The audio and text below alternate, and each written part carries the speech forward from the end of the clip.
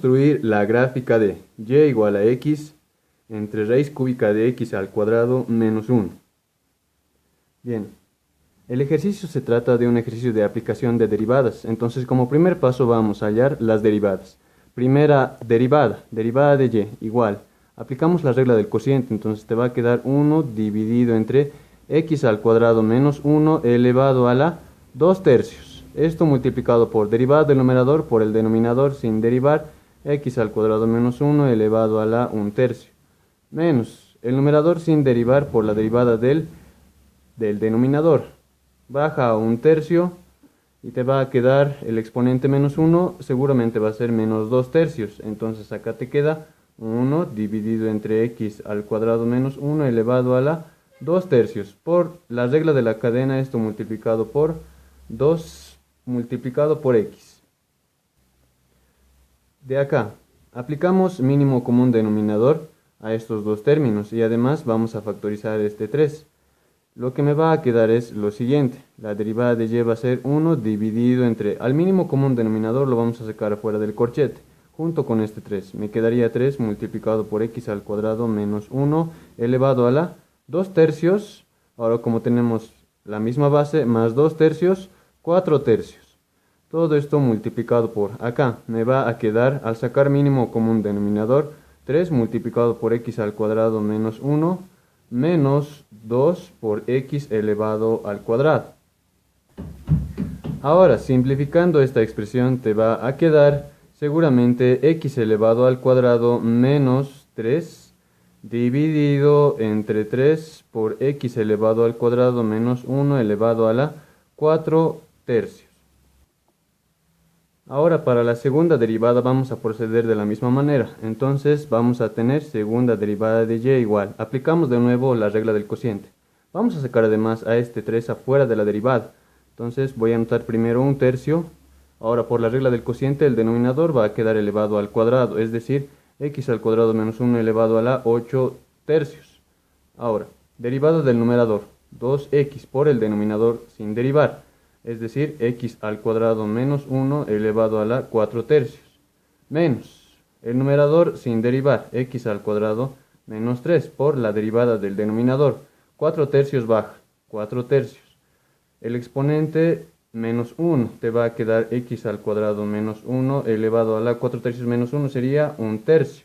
Por la regla de la cadena esto multiplicado por 2x. Ahora, de acá, se puede observar para empezar que se puede factorizar 2x. Entonces vamos a factorizar 2x. El mínimo común denominador es 3. Vamos a aplicar mínimo común denominador. Y vamos a ver que acá se repite esta expresión, x al cuadrado menos 1 en ambos términos. El factor en común que se puede factorizar de acá es x al cuadrado menos 1 elevado a la 1 tercio. Y acá tengo también lo mismo. Entonces vamos a simplificar x al cuadrado menos 1 de acá elevado a la 1 tercio, de acá también, acá te va a quedar a la 3 tercios, es decir, a la 1, y acá te va a quedar 8 menos 1 sería 7. Ahora, realizando las operaciones que habíamos dicho, lo que estamos factorizando es 2x y además el mínimo común denominador 3, entonces te va a quedar 3 por 3, 9, acá te va a quedar x al cuadrado menos 1 elevado a la 7 tercios esta vez, y adentro del corchete te va a quedar x al cuadrado menos 1, y por este lado, esto multiplicado por 3, y por este lado menos 4 multiplicado por, lo que nos resta sería x al cuadrado menos 3. Eso es todo lo que nos resta. Ahora, simplificando esta expresión, me va a quedar seguramente 2x multiplicado por, para x al cuadrado me queda con signo negativo.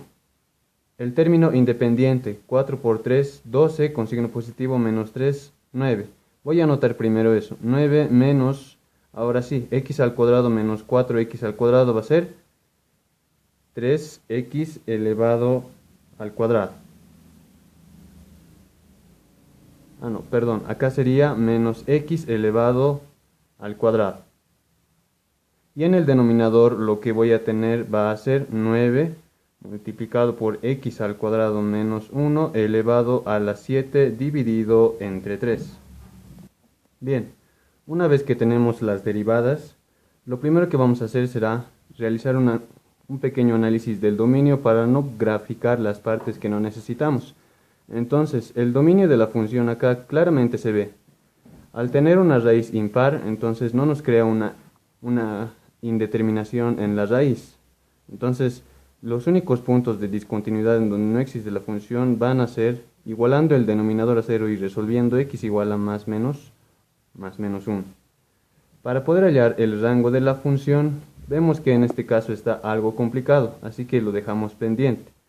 Como segundo paso, lo que vamos a hacer será hallar los puntos críticos.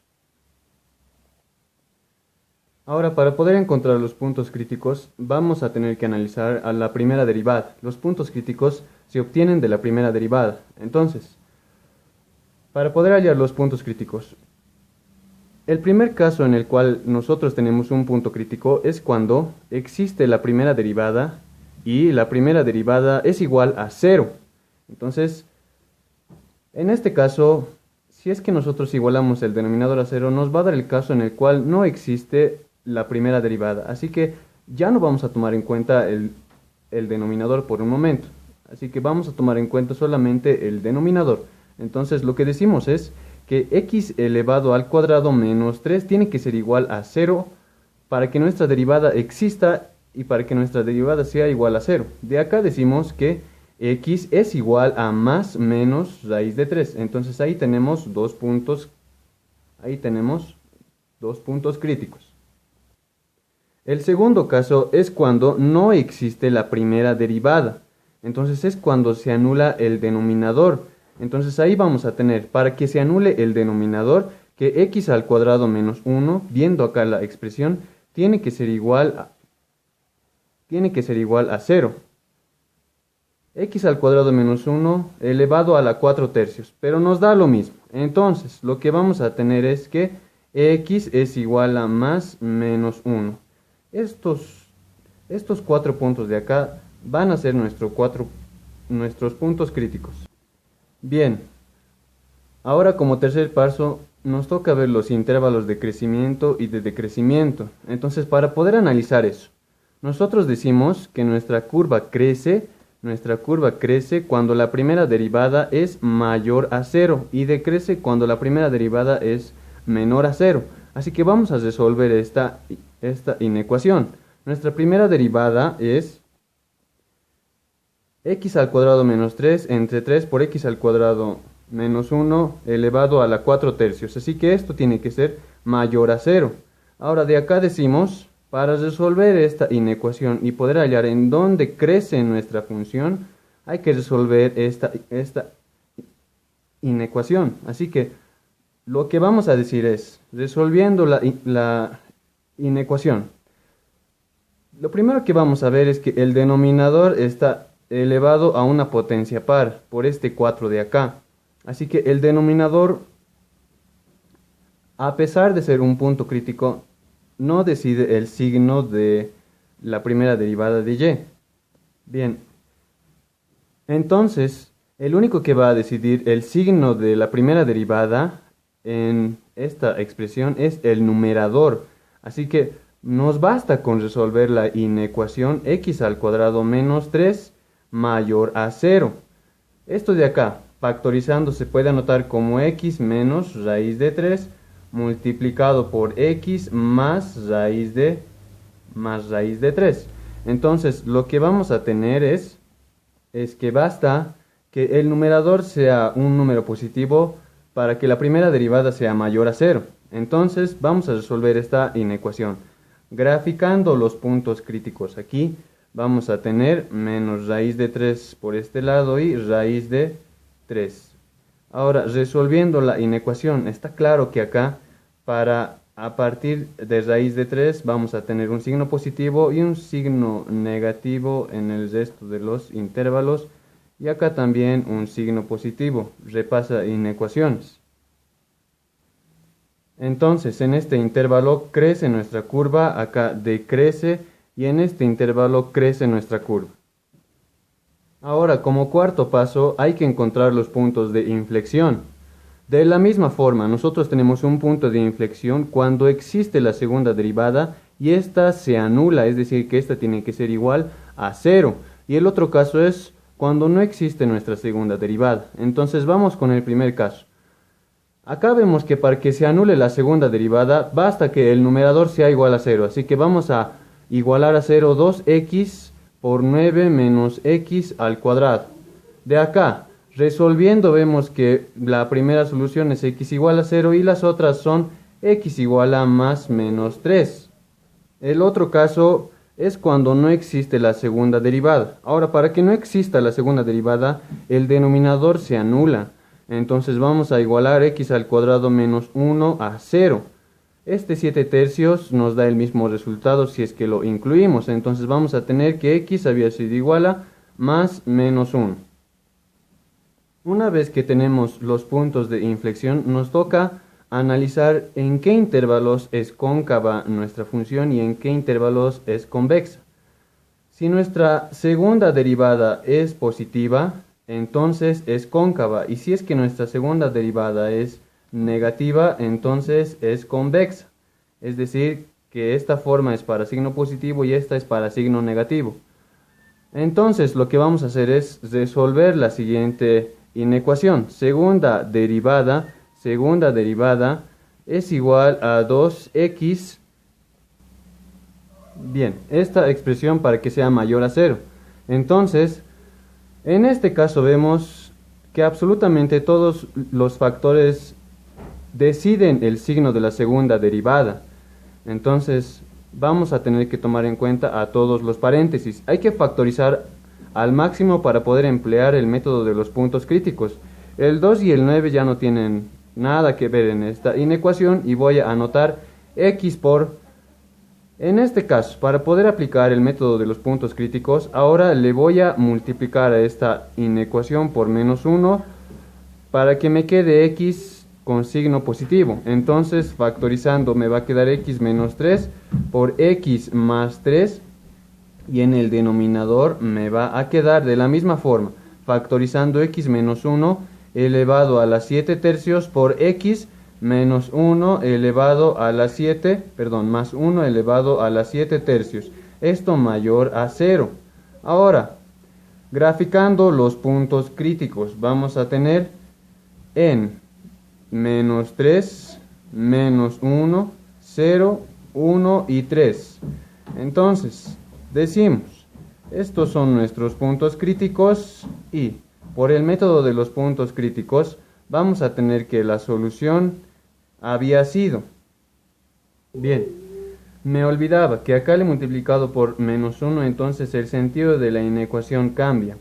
Ahora, la solución de esto, acá era desde más infinito hasta 3, para que esta función sea positivo. Como le hemos multiplicado por menos 1, es para que esta función en realidad sea negativo. Entonces en todo este intervalo la segunda derivada es negativa. Acá es positiva, negativa, positiva, negativa y positiva. Quiere decir que en este intervalo es convexa. Por acá es cóncava, convexa, es cóncava, es convexa y es cóncava. Bien. Ahora como sexto paso vamos a ver las simetrías. Entonces vamos a analizar y de menos x para ver si es una función par o impar o no es ninguna de las dos. Entonces al reemplazar me queda que es menos x dividido entre raíz cúbica de menos x elevado al cuadrado menos 1. Si efectuamos algunas operaciones, esto es menos y de x. Entonces esta función había sido impar. Esto nos va a servir para poder graficar solo, por ejemplo, la parte derecha de nuestra curva y por esta simetría la parte izquierda va a ser la simétrica impar. Ahora también debemos ver si es que tiene alguna asíntota nuestra función. Entonces, primero veamos asíntotas verticales, que es lo más fácil. Las asíntotas verticales es cuando nuestra función es discontinua en algún punto. Vemos acá que teníamos, entonces, la primera asíntota va a ser igual a x igual a menos 1 y también vamos a tener asíntota x igual a 1. Vemos también si es que tenemos alguna asíntota horizontal, entonces hay que analizar el límite de la función cuando x tiende a más infinito o a menos infinito y nos tiene que dar alguna constante. En este caso vemos que el grado del numerador es 1, el grado del denominador va a ser por esta potencia 2 entre 3 por esta raíz, entonces va a ser 2 tercios. El grado del numerador es mayor al grado del denominador, entonces este límite me va a dar infinito. Así que no tenemos asíntotas horizontales. Ahora vemos también si es que tenemos alguna asíntota oblicua. Entonces para poder hacer eso deberíamos poder hallar la pendiente de la asíntota y por fórmula nosotros tenemos que recordar que es este de acá, una primera pendiente. La otra pendiente va a ser cuando x tienda a menos infinito. En este caso, si hacemos tender x a más infinito, habíamos dicho que el grado del numerador es mayor al grado del denominador y si le multiplicamos por x va a ser mucho mayor todavía. Así que este límite va a ser igual a infinito y no nos da una pendiente, la pendiente que nosotros estamos buscando. Si es que hacemos tender a menos infinito nos va a dar el mismo resultado, solo que con signo negativo, así que no existen asíntotas oblicuas. Ahora también debemos ver si es que tenemos alguna intersección con los ejes. En este caso, si x es igual a 0, voy a tener que y es también igual a 0, así que la intersección con el eje y es el punto x, 0 y y, 0, así que nuestra curva pasa por este punto. Si es que y es igual a 0, vamos a obtener el mismo resultado. Tal vez haya más soluciones, pero en este caso está un poco difícil de ver, así que este es el único punto que tenemos hasta acá. Ahora, como último paso, debemos realizar una tabla para poder esbozar la curva de nuestra función. Entonces, nos vamos a realizar una tabla como sigue. Acá lo que voy a anotar es la recta real y todos mis puntos críticos. Acá tengo todos mis puntos críticos. En la siguiente fila voy a anotar las imágenes, es decir, cuánto vale y en ese punto crítico. Acá vemos que cuando x era más menos 1 la función era discontinua, entonces estoy anotando su valor igual a infinito. Y estos dos valores los pueden comprobar ustedes en casa. Por simetría voy a copiar los mismos valores a este lado, nada más que con signo negativo. En las siguientes dos columnas vamos a anotar las formas de la primera y de la segunda derivada. Ahora, nosotros habíamos visto anteriormente que la primera derivada nos daba una solución como esta. Lo voy a copiar acá.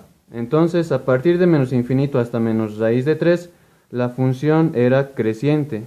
Entonces, voy a completar por este lado creciente. Luego de menos raíz de 3 hasta raíz de 3 era decreciente. Completo acá, decreciente hasta llegar a raíz de 3.